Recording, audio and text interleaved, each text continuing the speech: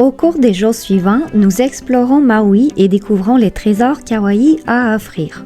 Nous visitons un réseau souterrain de tunnels de lave créé par une éruption volcanique. Survolons en hélicoptère la côte de Hana et le cratère du Haleakala et partons en excursion en mer pour observer les baleines. J'arrive même à persuader Phoenix d'assister à un luau où j'ai l'occasion d'échanger avec les habitants locaux. Je ressens un profond attachement pour ce peuple si chaleureux et en leur compagnie, je me sens véritablement chez moi. Les 2 dernières semaines m'ont plongé dans un univers féerique, au point que j'éprouve une pointe de nostalgie à l'idée de rentrer au Québec. Malgré le fait que j'ai savouré chaque instant passé sur cette île paradisiaque, j'aurais souhaité prolonger mon séjour de quelques jours supplémentaires.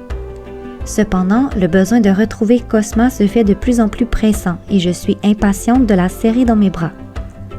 De plus, chaque seconde compte désormais si nous voulons mener à bien notre mission.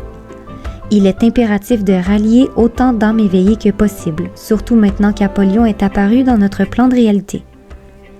Hier, Phoenix m'a révélé que ses sorties de son repère étaient exceptionnelles, soulignant ainsi la gravité de sa présence physique. Bien que nous ignorons son plan, Phoenix est convaincu qu'il a quitté sa forteresse pour moi. Comme Cosma, je représente un danger pour lui, du moins si je parviens à me connecter à ma puissance angélique. Mais pour l'instant, je suis simplement Hana, une jeune femme de 20 ans qui a certes connu une transformation intérieure significative, mais qui se sent loin d'être prête à affronter le chef des forces de l'ombre. Après notre départ de la villa à Maui, nous prenons congé de l'île et atterrissons à l'aéroport de Montréal en fin d'après-midi. 1 heure plus tard, Phoenix gare la Jeep au bout du chemin en terre et une étrange sensation m'envahit. J'ai l'impression d'avoir quitté le Canada la veille, comme si le temps s'était arrêté pendant notre lune de miel. Les émotions se bousculent en moi, je lui avoue d'un ton mélancolique. Promets-moi que nous retournerons sur cette île. C'est promis. Allons maintenant retrouver notre fille. Tu crois qu'elle a grandi durant notre absence? C'est ce que nous découvrirons dans un instant. Alors que nous franchissons la lisière de la forêt, ma grand-mère surgit devant la maison avec Cosma. Je suis figée, les yeux écarquillés face à la métamorphose de ma fille. Elle a grandi d'au moins 15 cm et semble avoir pris pas moins de 5 kilos. Des bouclettes rousses ornent désormais sa jolie petite tête ronde et elle fredonne sa ritournelle habituelle d'une voix nettement plus assurée. Un coup d'œil à Phoenix confirme qu'il est tout aussi sidéré que moi. « Que je suis heureuse de vous retrouver », s'exclame ma grand-mère en me tendant Cosma. Par réflexe, je m'apprête à la prendre dans le creux de mon bras, mais elle s'agite. Elle préfère être debout contre toi, m'informe ma grand-mère d'une voix empreinte de tendresse. Mais ce qu'elle aime par-dessus tout, c'est explorer le monde à sa manière. Abasourdie, je m'agenouille délicatement et la dépose sur l'herbe. Ses grands yeux curieux balayent l'environnement, captant chaque détail avec une innocence enfantine. Ses petites mains potelées se posent sur le sol et avec une détermination surprenante, elle se met à 4 pattes, comme si elle avait attendu ce moment depuis toujours. Puis, avec une grâce étonnante, elle se redresse et avance vers moi sans vaciller. Notre fille marche, constate Phoenix, l'émotion teintant sa voix. C'est tout nouveau, avoue ma grand-mère, les yeux brillants de fierté. Je crois qu'on devrait en discuter à l'intérieur, proposai-je, un frisson de joie parcourant mon être alors que je prends délicatement Cosma dans mes bras, captivée par la magie de ce moment si spécial. Ma grand-mère, toujours aussi avenante, a déjà disposé quelques encas autour de l'îlot de cuisine. Avant de prendre place, Phoenix se dirige vers le cellier. « Voulez-vous boire quelque chose ?» demande-t-il, son ton empreint de jovialité. « Pourquoi pas ?» acceptai-je, le cœur encore gonflé d'émotion. Après tout, nous avons une occasion à célébrer. Notre fille de 2 mois vient de faire ses premiers pas. Du moins, c'est la première fois que je la vois faire. Un sourire complice se dessine sur les lèvres de ma grand-mère, témoignant de sa propre joie face à ce moment de bonheur familial. Depuis hier, elle explore chaque recoin de la maison. Je dois rester constamment vigilante car elle est aussi téméraire que charmante, cette petite. Elle tient cela de son père, commentai-je. Et de sa mère, renchérit Phoenix. Il faut être téméraire pour braver les requins sans peur. Un éclat de rire m'échappe. Grand-mère, est-ce que tu savais que Phoenix a peur de l'océan? À chacun son élément, marmonne-t-il. Et, à ta place, je ne jouerai pas les fanfarons. Sur la terre ferme, tu n'es pas la plus habile, hein? Lance-t-il, taquin et un brin vengeur. Ma grand-mère éclate de rire. À ce que je vois, vous vous êtes bien amusés tous les deux. Je crois qu'on peut dire ça, acquiesce Phoenix avec un sourire rêveur. D'ailleurs, Anna est trop orgueilleuse pour te le dire, mais elle a pleuré lorsqu'est venu le temps de quitter la villa. J'ai uniquement versé une larme, rectifiai-je. Mais grand-mère, cette île est un véritable paradis. Je sais, approuve-t-elle, les yeux pétillants de malice. Je fronce les sourcils. Comment peux-tu le savoir? Tu m'as dit que tu n'y étais jamais allée. Eh bien, ne m'en veux pas ma chérie, mais je n'ai pas pu résister à la tentation. Sa remarque me rappelle qu'elle maîtrise la vision à distance et je sens mes joues s'empourprer à l'idée qu'elle ait pu assister à nos échanges amoureux. « Tu ne nous aurais quand même pas espionnés ?» demandai-je, surprise et légèrement réprobatrice. « Je suis désolée, mais sache que je vous ai laissé votre intimité » assure-t-elle avec un sourire amusé. « Tout de même, tu devrais avoir honte.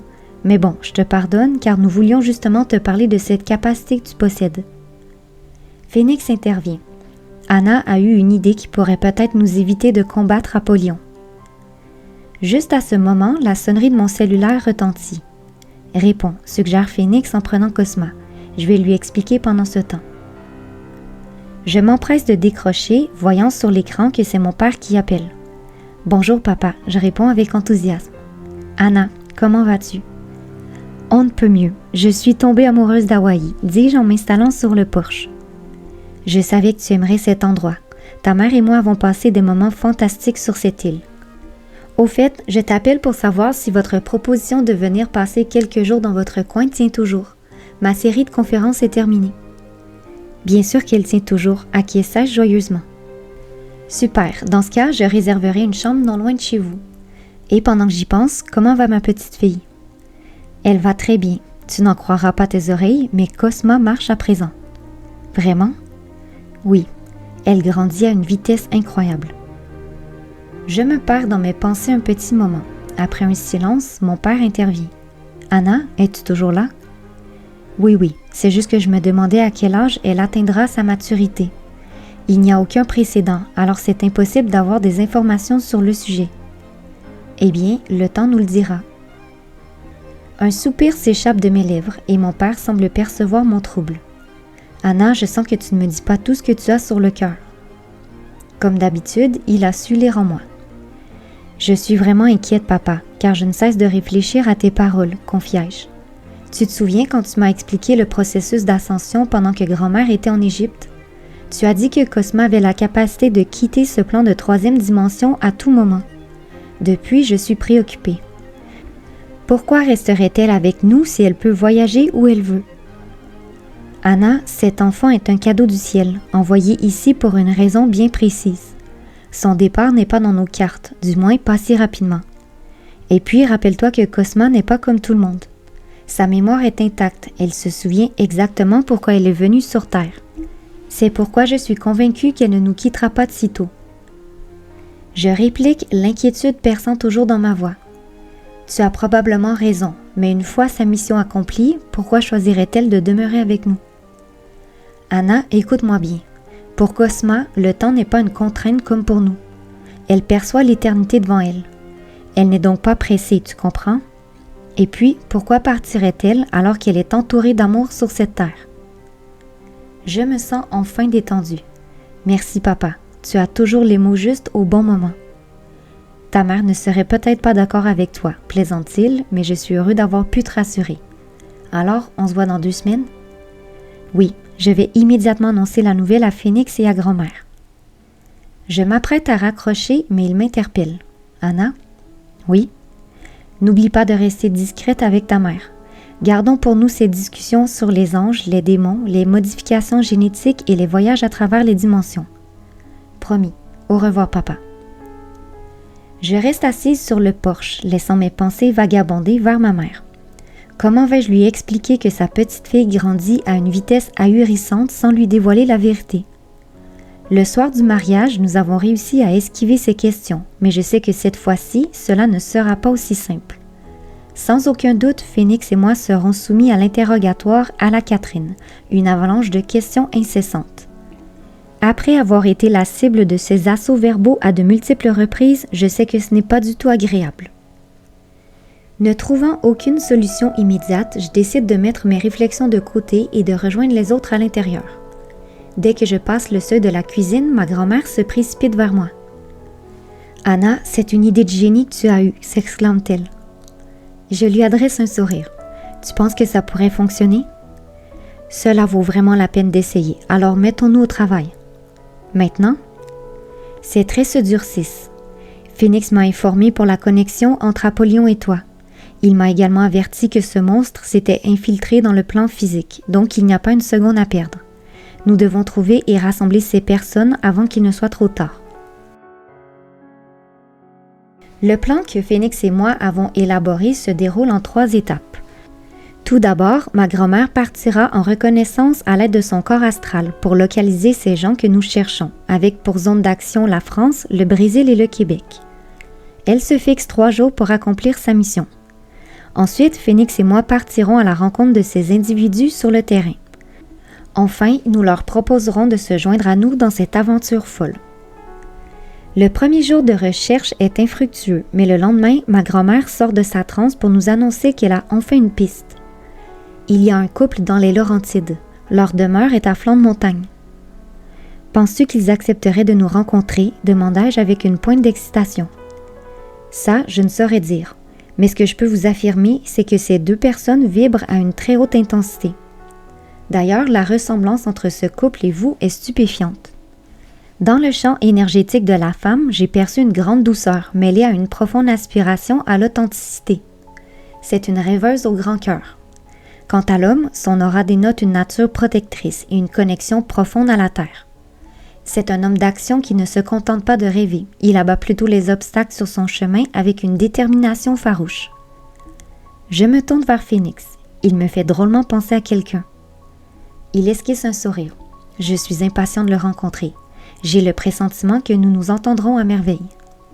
Alors, on se met en route, m'enthousiasme-je. Non, je pense qu'il serait préférable d'attendre que ta grand-mère ait trouvé un maximum de personnes. Je suis d'accord, approuve cette dernière. Cela vous évitera quelques déplacements. Par chance, je n'ai pas à patienter longtemps. Le lendemain, nous sommes prêts à partir rencontrer les personnes que ma grand-mère a ciblées.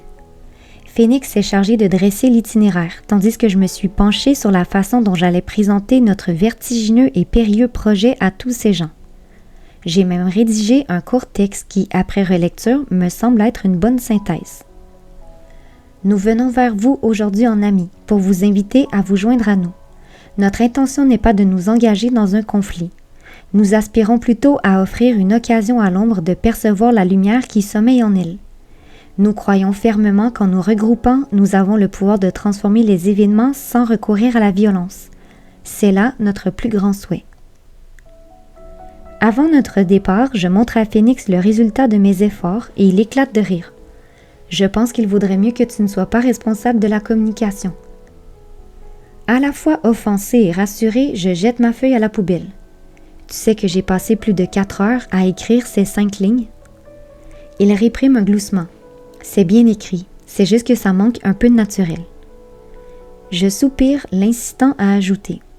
Si cela peut te remonter le moral, ce n'est pas que tu n'es pas doué, mais j'ai été officier de communication dans les forces, alors j'ai plus d'expérience que toi dans ce domaine. Un second soupir s'échappe de mes lèvres. Tu as le droit de dire que je suis nulle.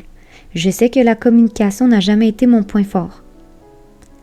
Il se pince les lèvres, comme pour s'empêcher d'acquiescer à mon commentaire. Il sait que cela m'attriste d'avoir de la difficulté à m'exprimer avec tact et spontanéité, et je donnerai tout pour communiquer comme le fait Cosma. Tu n'es pas nul, rétorque-t-il doucement.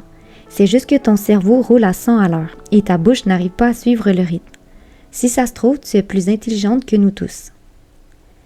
Je souris, emballée par cette perspective. Alors, êtes-vous prêt pour le grand départ, Major Thomas? Presque. Il m'embrasse langoureusement, puis déclare « Maintenant je suis prêt ». Après avoir fait nos adieux à ma grand-mère et à Cosma, nous nous envolons vers notre première destination, Sao Paulo au Brésil. Là-bas, nous faisons la rencontre de Gabriela et Felipe. Dès qu'ils nous accueillent, je réalise que j'ai apporté mon dictionnaire français-espagnol pour rien.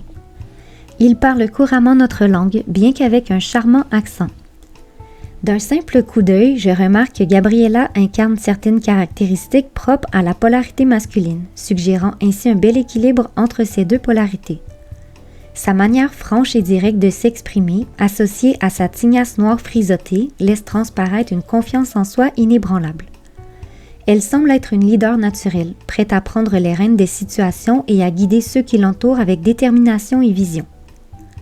Quant à son partenaire, Felipe, malgré son physique imposant, il dégage une aura plus réservée. Ancien membre de l'équipe nationale de natation, il arbore des épaules larges et solides, témoin d'un esprit de compétition féroce. Pourtant, derrière cette apparence athlétique se cache une humilité remarquable, et je discerne en lui une sensibilité qui résonne avec la mienne.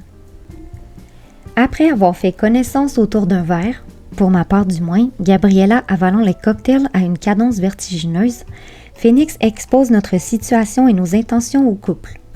Son discours est fluide et percutant, et il ne tarde pas à obtenir leur accord. Le lendemain, nous quittons Sao Paulo et traversons l'océan pour rencontrer les 2 prochains couples sur notre liste. Notre première escale nous mène à Lyon, où nous frappons à la porte d'Emma et Enzo. Contrairement à ce que j'avais imaginé d'après les descriptions de ma grand-mère, ils semblent comme monsieur et madame tout le monde. Emma, dont la coupe à la garçonne lui va à ravir, étudie dans une école de foresterie, tandis que son partenaire vient de décrocher son premier emploi en tant que professeur de chant. Il réside dans un petit appartement au cœur de la ville et se déplace principalement à vélo. Leur projet est de déménager à la campagne dès qu'Emma aura obtenu son diplôme. Cependant, après 2 jours en leur compagnie, je peux affirmer qu'ils sont bien loin d'être ordinaires. Cela confirme une fois de plus qu'il ne faut pas se fier aux apparences. Les capacités psychiques d'Emma dépassent de loin tout ce que j'aurais pu imaginer et elle sera un atout inestimable pour notre groupe qui se forme peu à peu. Le lendemain, nous sommes témoins d'un scénario réjouissant alors que Tara et Zach se joignent à nous avec le même enthousiasme que leurs prédécesseurs.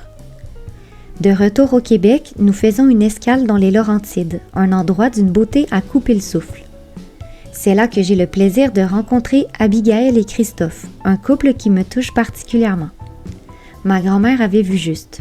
Leur énergie résonne avec la mienne et celle de Phoenix, et il semble que nous les connaissions depuis toujours. Avant de rentrer à la maison, nous faisons un détour chez Florence et Tristan, qui accueillent avec joie notre mission visant à répandre la lumière en cette période troublée de l'histoire de l'humanité. Ainsi, nous formons désormais un groupe de 6 couples de flammes jumelles, chacun apportant une contribution unique à notre cause commune. Gabriella, la Brésilienne au tempérament flamboyant, a développé la capacité de prédire certains événements, tandis que Felipe est empathe, capable de ressentir profondément les états émotionnels des autres. Emma, de son côté, est dotée de multiples talents. Outre sa communication avec les esprits de la nature, elle a le pouvoir d'agir sur les éléments. Par sa volonté, elle peut influencer la météo, arrêtant la pluie ou faisant apparaître un arc-en-ciel. Son partenaire, Enzo, possède quant à lui le don extraordinaire d'élever les vibrations d'un lieu par son chant. Sa voix de ténor, d'une musicalité divine, touche les âmes au plus profond. Tara et Zach, originaires de Marseille, ont développé une capacité similaire. Leur regard a le pouvoir d'hypnotiser leur interlocuteur en un instant, peut-être amplifié par la teinte unique de leurs yeux, d'un turquoise jamais vu sur Terre. Abigail, la charmante Québécoise aux longs cheveux bouclés, excelle dans les langues étrangères, maîtrisant plus d'une dizaine d'entre elles avec une aisance déconcertante. Quant à Christophe, son don de télékinésie lui permet de déplacer, faire léviter et même plier les objets par la simple force de sa pensée. Concernant Tristan, j'ai découvert qu'il possède la capacité d'influencer les états émotionnels d'autrui, ce qui explique pourquoi je me suis toujours sentie apaisée en sa présence. Enfin, Florence m'a confié qu'elle maîtrise une faculté de l'esprit des plus extraordinaires. Elle est capable de paralyser les gens. J'ai hâte d'avoir une démonstration de ses talents. Le plan que nous avons élaboré pour la suite des événements comporte certaines zones d'ombre, mais nous n'avons d'autre choix que de nous fier à notre intuition et de croire en nos capacités. Jusqu'à présent, les choses se sont déroulées encore mieux que prévu, laissant présager que nous avançons dans la bonne direction. La prochaine étape consiste donc à attendre de savoir où et quand Apollyon souhaite engager le combat. Gabriella et moi sommes chargés de découvrir ces informations cruciales. Grâce à son don de prémonition et à ma connexion avec cet être sinistre, nous espérons obtenir des indices qui nous permettront de mieux anticiper ses mouvements et de préparer notre défense. Dès que l'une ou l'autre reçoit des renseignements à ce sujet, nous devons immédiatement en aviser le reste du groupe. À ce moment-là, nous avons prévu de nous réunir près du lieu où Apollyon projette de mener la bataille, ce qui nous permettra d'élaborer la stratégie plus en détail. Même si notre objectif demeure d'éviter l'affrontement, nous devons nous préparer à toute éventualité. Phoenix est persuadé plus que jamais que son incursion dans le plan physique me concerne, et comme ma grand-mère, il est convaincu que je joue un rôle clé dans la résolution de cette crise imminente. De plus, nous ne pouvons prédire la réaction d'Apollyon face à notre opposition, ou plutôt à notre manque d'opposition. Il faut donc s'attendre au pire et envisager la possibilité d'avoir à nous battre. Phoenix a souligné à quel point l'énergie ténébreuse de son ancien maître est dévastatrice lorsqu'il entre en action, mettant ainsi nos amis en garde et ne cachant pas la nature périlleuse de notre mission. Malgré cela, personne, pas même Enzo, n'a été découragé. Le compagnon d'Emma est encore plus frêle que moi, mais cela ne l'a pas empêché de montrer une détermination sans faille. De retour chez nous, Phoenix et moi convenons de profiter pleinement des vacances estivales. Avec les semaines à venir qui s'annoncent sombres, il est préférable de faire le plein d'énergie tant que nous le pouvons. Pour ma part, j'éprouve un besoin pressant de me changer les idées et de savourer les petits bonheurs de la vie en compagnie de mes proches avant que le destin ne vienne frapper à ma porte.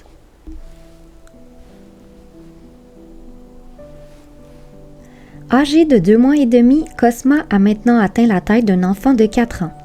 Pendant notre absence, ses cheveux roux ont poussé jusqu'à ses épaules et ses traits se sont affinés. Cependant, elle ne dort toujours pas et ne parle pas non plus. Sa seule forme de communication demeure le transfert d'images comme avant. Désormais, elle passe ses journées à construire des structures architecturales sophistiquées dans le bac à sable. Il semble que Kefa n'ait pas erré dans ses prédictions à son sujet et je pressens que Cosma nous réserve encore bien des surprises. À la fois troublée et enthousiasmée par son potentiel immense, je passe une bonne partie de la soirée à réfléchir à la manière dont je vais aborder la situation avec ma mère.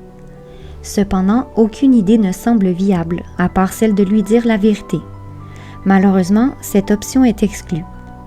Mon père a été catégorique sur ce point et je m'engage à respecter ma promesse. De toute façon, ma mère n'a pas l'esprit suffisamment ouvert pour entendre parler d'ADN et encore moins d'élévation de la conscience. Bien qu'elle ait épousé un ange, les questions spirituelles et les quêtes mystiques ne l'intéressent guère. Son attention se porte plutôt sur des préoccupations plus terre-à-terre, comme le remplissage de sa garde-robe et les discussions sur les potins du moment. Je me demande souvent ce qui a pu attirer mon père chez elle, lui qui consacre sa vie à une cause supérieure. Après en avoir discuté avec Phoenix, nous convenons d'attendre sa réaction et d'adapter notre approche en conséquence. Malgré nos tentatives pour envisager tous les scénarios possibles, ma mère reste imprévisible. Cette nuit-là, le sommeil me fuit alors que des rêves étranges me tourmentent, où ma grand-mère maternelle semble vouloir me transmettre un message. Au réveil, il ne reste plus que des bribes floues de ses visions. « Tu as fait un cauchemar ?» demande Phoenix en se redressant dans le lit. Plutôt un songe insolite. J'ai rêvé de ma grand-mère. Jeanne ? Non, l'autre, celle que je n'ai pas connue. Elle ressemblait à s'y méprendre à ma mère. Un sourire taquin éclaire son visage. Cela devait être une apparition plutôt agréable alors. Je roule des yeux. Phoenix Thomas, tu es un idiot. Quoi? Je te faisais un compliment, tu sais? Je le regarde perplexe. Cela ne m'a pas sauté aux yeux. Il rit. Tu ne partages peut-être pas la personnalité de ta mère, mais tu as hérité de sa beauté, c'est indéniable. Maintenant, dis-moi tout sur ce rêve, mais dépêche-toi, je dois partir bientôt, annonce-t-il en se déplaçant dans la chambre à une vitesse hallucinante. En moins de 2, il s'est changé, portant désormais un bermuda et un polo. Le vol de ma mère atterrit à 8 heures. Éléonore a gentiment accepté de venir passer quelques jours à Montréal. Comme elle s'est si bien entendue avec ma grand-mère lors du mariage, cette dernière lui a offert l'hospitalité. Mon ancienne chambre est déserte depuis qu'Ellie a déménagé dans un appartement avec Edwin. Tout ce dont je me souviens, c'est qu'elle m'a demandé de veiller sur ma mère, lui dis-je. C'est étrange, non? Bah, un ange gardien supplémentaire ne lui ferait pas de mal. Bon, je dois y aller. Après un baiser sur ma joue, il s'échappe de la maison avec une agilité quasi surnaturelle, comme s'il avait des ailes dans le dos. Je me lève pour retrouver Cosma dans sa chambre et nous passons la matinée à confectionner une carte pour Éléonore. Hier, Phoenix m'a appris que son anniversaire était dans 3 jours. J'aimerais bien lui donner la carte à ce moment-là, mais dès que Cosma aperçoit sa grand-mère arriver, elle lui tend fièrement son œuvre d'art. « C'est une charmante attention », s'exclame Éléonore en déposant un baiser sur son front. Ensuite, elle me propose son aide pour préparer les amuse-bouches et le dessert. Mes parents et ma grand-mère nous rejoignent en fin d'après-midi pour partager le dîner. Comme je ne suis pas très douée en cuisine, j'accepte son offre avec soulagement. Pendant ce temps, Phoenix prend en charge la marinade de la viande et insiste pour s'occuper du barbecue. La soirée étant agréablement douce, nous avons décidé de prendre notre repas en plein air sous le gazebo. Alors que je finalise la mise en place de la table avec ma belle-mère, j'entends au loin le bruit d'une voiture et je me félicite d'avoir bien géré mon temps. C'est la première fois que j'endosse le rôle d'hôtesse et je veux que tout soit parfait. Ils sont là, je signale à Phoenix qui s'amuse avec Cosma dans le bac à sable. Quelques instants plus tard, mes parents et ma grand-mère apparaissent à travers les arbres. Ravie de les accueillir chez moi, je me hâte vers eux pour les saluer chaleureusement. Je suis tellement heureuse de vous voir. Le plaisir est partagé, s'exclame mon père avec enthousiasme. Après m'avoir embrassée, ma grand-mère se dirige vers Éléonore autour de la table de jardin. Avec un sourire radieux, ma mère explore la clairière du regard. J'avais oublié à quel point cet endroit est enchanteur, commente-t-elle calmement. Malheureusement, dès que ses yeux se posent sur Cosma, sa voix fait un saut jusqu'à l'octave supérieure. Mais qu'est-ce qui lui est arrivé? Mon anxiété grimpe en flèche et je me tourne vers Phoenix, en quête d'aide. Il vient à ma rescousse avec un sourire éclatant adressé à ma mère. « Bonjour Catherine », la salue-t-il d'une voix mielleuse. « Bon sang, c'est ça sa solution? Charmer ma mère? »« Mon gendre préféré », s'exclame-t-elle en lui faisant la bise. « Tu es toujours aussi en forme à ce que je vois. » Son polo blanc met en évidence ses bras musclés et son torse bien dessiné. « J'essaie de me maintenir en forme », réplique-t-il d'un ton suave. « Peut-être pourrais-tu me donner quelques conseils à ce sujet, car je dois dire que tu es resplendissante. » Dans sa robe cocktail fleurie et ses sandales à talons hauts, ma mère semble toujours tout droit sortie d'un magazine de mode, créant un contraste frappant avec mon style plus décontracté. « Ton mari est charmant, Anna », lance-t-elle, ses prunelles bleu clair pétillant sous l'effet du compliment. « Je sais », je maugris en fusillant l'intéressé du regard. Phoenix réprime un rire avant de proposer des rafraîchissements à nos invités. Profitant de l'occasion, j'essaie d'attirer ma mère à l'intérieur. Pas question d'assister une seconde de plus à cette mascarade. « Je m'occupe de la sangria », insistai-je. « Maman, tu me donnes un coup de main? »« Bien sûr, ma chérie. Mais avant, je vais dire bonjour à Éléonore, déclare-t-elle en se dirigeant vers le gazebo. Évidemment, elle a toujours préféré les rassemblements mondains aux tâches domestiques. Avant de pénétrer dans la maison, je lance une tape sur l'épaule de Phoenix. « Voilà pour toi, monsieur Don Juan. » Il laisse échapper un rire. Au moins, l'objectif est atteint. Je soupire en jetant un regard vers ma mère, assise aux côtés d'Éléonore. Je suis certaine qu'elle est en train de faire l'éloge de Phoenix. Peut-être, mais tu devrais quand même avoir honte. À cran, je me faufile à l'intérieur, déposant peu après le pichet de sangria au centre de la table de jardin. Au même moment, Cosma quitte son air de jeu pour me rejoindre. Ses yeux plongent dans les miens alors qu'elle enroule ses doigts autour de mon pouce. « Tu veux boire quelque chose ?» je lui demande. Soudain, je remarque que ma mère a brusquement interrompu sa conversation avec Éléonore et fixe maintenant Cosma. « Pouvez-vous m'expliquer ce qui se passe avec cet enfant ?» demande-t-elle d'une voix qui laisse entendre qu'il n'y a plus d'échappatoire possible. Un sourire en coin se dessine sur le visage de Cosma alors qu'elle grimpe sur les genoux de son père, semblant curieuse de voir comment je vais sortir de cette impasse. Tandis que je cherche désespérément un mensonge à inventer, Éléonore prend l'initiative de répondre à ma mère. « Mon fils ne t'a jamais parlé de notre problématique familiale, Catherine? » Enfin, peut-être que le terme « problématique » n'est pas tout à fait approprié. Disons plutôt que nous avons des parcours de croissance différents. Différent, répète ma mère, fronçant les sourcils. Oui, à cause des hormones de croissance.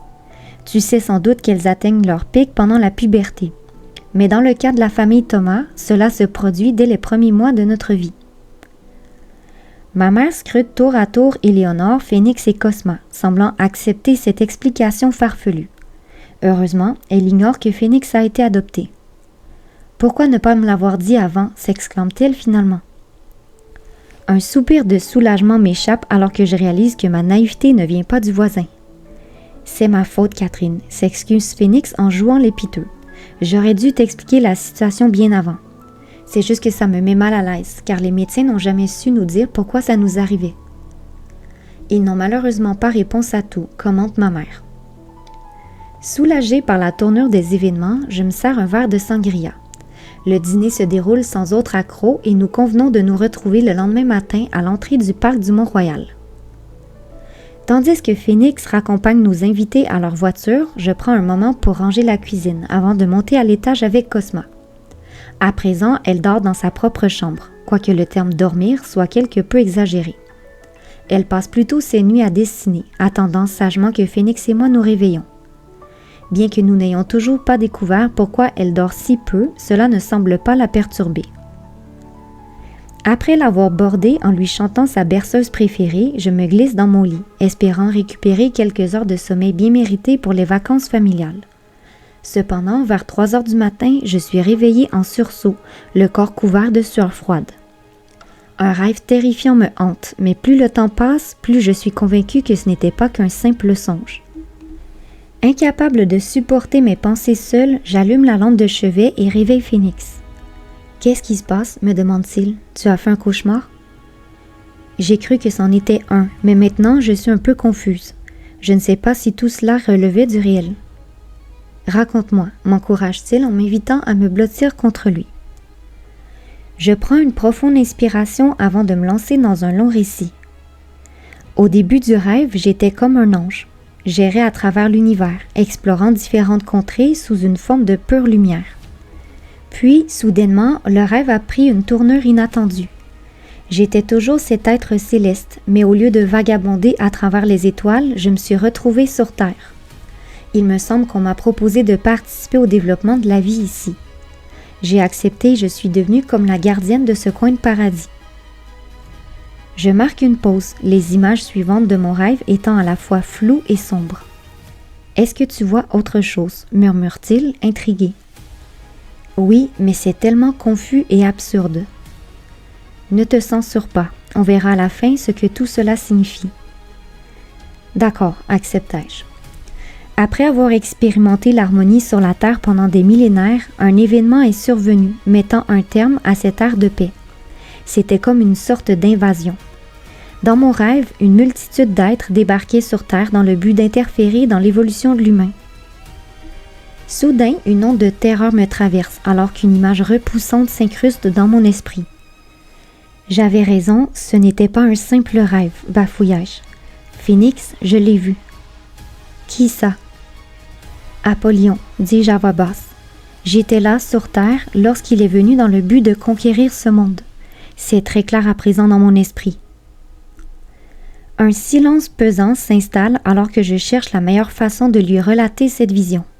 Finalement, je choisis de faire preuve de transparence, bien que les remords me rongent. C'était la première fois que je faisais face à des forces aussi obscures et cela m'a profondément perturbée. Je ne me sentais plus en sécurité, j'avais peur.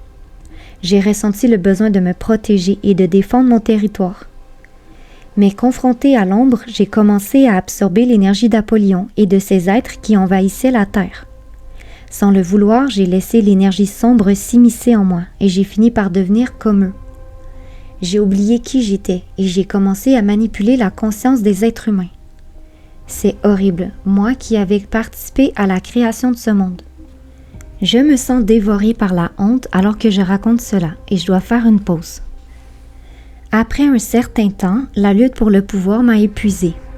Puis, les souvenirs de mon rôle en tant que gardienne de la Terre ont commencé à refaire surface. C'est alors que j'ai entendu l'appel. La Terre m'appelait à nouveau, mais cette fois, je devais vivre l'expérience de l'intérieur. Consciente de mon implication dans la bataille pour le contrôle et la manipulation des âmes terriennes, j'ai ressenti un besoin urgent de racheter mon karma. Je crois que c'est à ce moment que tu m'as vu apparaître en Atlantide. C'était ma première incarnation dans un corps physique et j'ai été rapidement confrontée à des difficultés d'adaptation. Dans les dimensions où j'avais l'habitude d'évoluer, je pouvais influencer mon environnement par ma seule pensée. Mais dans ce monde matériel, la manifestation était beaucoup plus lente, ce qui m'a plongée dans la confusion et m'a fait oublier la raison de mon incarnation. Pire encore, je me suis retrouvée à participer une fois de plus à des opérations visant à manipuler les âmes terriennes. Je fais une autre pause, prenant de profondes inspirations. C'est ce que j'ai vécu en Atlantide. J'ai exploré le côté obscur et j'en ai honte, suffoquai-je, comme si je me noyais dans ma propre ignominie. Il me sert encore plus fort pour me réconforter. Anna, tu n'as pas à te sentir honteuse de ton passé. Il y a une raison pour laquelle ces souvenirs ont surgi maintenant. À présent, tu as la possibilité d'unifier les aspects sombres et lumineux de ta conscience. C'est comme si tu revenais à la case départ, là où tout a commencé. Tu es en train de boucler la boucle en quelque sorte. Tu retrouves cette époque où tu étais un être de lumière, la gardienne de la terre. Tu te reconnectes à ta nature angélique et c'est le plus beau cadeau que tu puisses t'offrir. Je laisse échapper un soupir, tandis que les émotions continuent de tourbillonner en moi. Jamais je n'aurais envisagé une telle chose. Comment ai-je pu être aussi ignoble?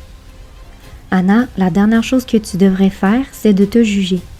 N'oublie pas que le chemin parcouru par notre âme sert un dessein, l'évolution. Et l'évolution n'est jamais linéaire, contrairement à ce que beaucoup croient. Tu as traversé des périodes sombres, c'est indéniable. Mais aujourd'hui, tu te souviens de qui tu es vraiment. Un ange incarné, dit-il en m'embrassant la joue. Voilà qui tu es, un magnifique ange aux cheveux roux. Il parvient à me tirer un sourire. Merci. De rien. Et puis, tu as fait la même chose pour moi. Lorsque je croyais être damnée après tous les actes odieux que j'ai commis, tu n'as cessé de me rappeler qui je suis. Il s'incline pour m'embrasser, mais une image enfouie au plus profond de mon subconscient refait surface. Je crois comprendre pourquoi Apollyon et moi sommes connectés, affirmai-je. Incrédule, il me fixe un long moment sans ciller. Raconte-moi, finit-il par dire avec une certaine appréhension. Je m'installe confortablement en plaçant mon oreiller dans le creux de mon dos avant de commencer mon explication. Tout à l'heure, je t'ai révélé avoir absorbé l'énergie d'Apollyon lors de son arrivée sur Terre pour conquérir la planète. Mais ce n'est qu'une partie de la vérité. Une part de sa conscience s'est également insinuée en moi. Mon aveu le plonge dans ses pensées, son visage reflétant une profonde complexité. Comment une telle chose est possible, demande-t-il enfin. Je crois avoir une explication. Lorsque nous sommes allés rencontrer Gabriela et Felipe au Brésil, j'ai rapidement constaté à quel point ce dernier me ressemblait. Après quelques questions, il m'a révélé être empathe. Étonnamment, je n'avais jamais entendu ce terme auparavant.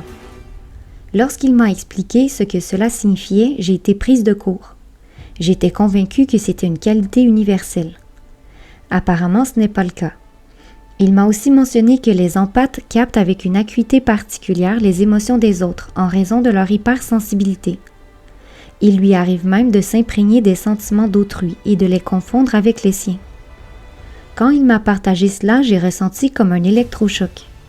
Depuis mon enfance, j'ai eu l'impression d'être une véritable éponge, absorbant les pensées et les émotions des autres, avec une difficulté à distinguer ce qui m'appartient de ce qui ne m'appartient pas.